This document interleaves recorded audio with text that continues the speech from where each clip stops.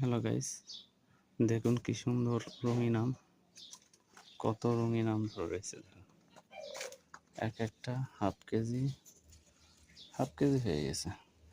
কত বড় রঙিন আম,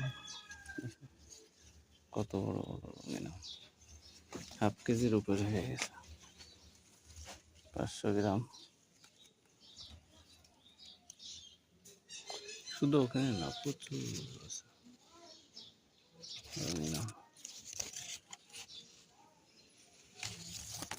অনেক আম।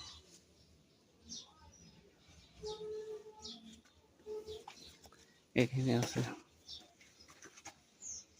কি সুন্দর সুন্দর রঙিন আম। আম দেখলে মাথা নষ্ট, প্রচুর আম হয়েছে, প্রচুর আম, সব রঙিন জাতের আম।